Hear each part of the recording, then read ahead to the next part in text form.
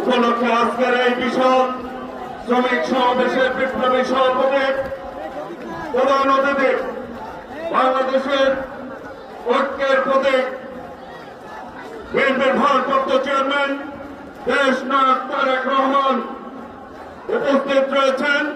বিএনপির বিপ্লবী মহাসচিব মির্জা ফখরুল ইসলাম আলমগীর সহ জাতীয় নেতৃবৃন্দ। প্রিয় ভাইরা, এই মে দিবস শ্রমিক আন্দোলন করে তার অধিকার আদায় করেছে। আজকে এই বাংলাদেশের মানুষ 17 বছর আন্দোলন সংগ্রাম করেছে ফ্যাসিবাদের বিরুদ্ধে, বৈষম্যের বিরুদ্ধে।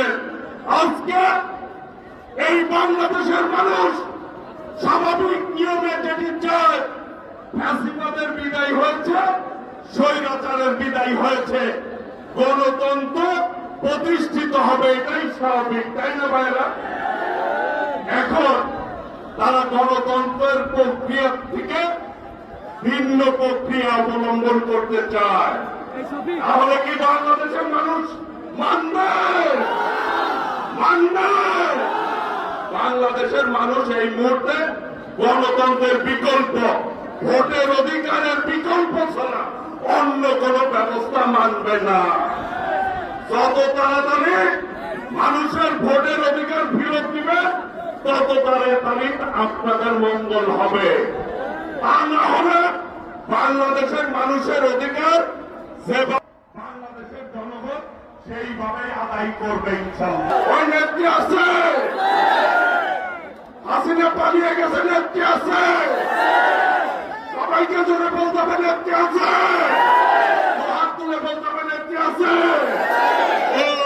ওই সেই নেত্রী খালেদা জিয়া, খালেদা তারেক রহমান, তারেক রহমান বীরের বেশে আমরা ফিরে বাংলাদেশে স্বাধীনতার ঘোষক দিয়া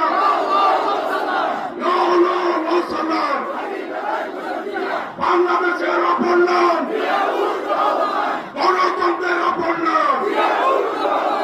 বাংলাদেশের মানুষকে দাবি যত তাড়াতাড়ি সম্ভব নির্বাচনের ব্যবস্থা করতে হবে।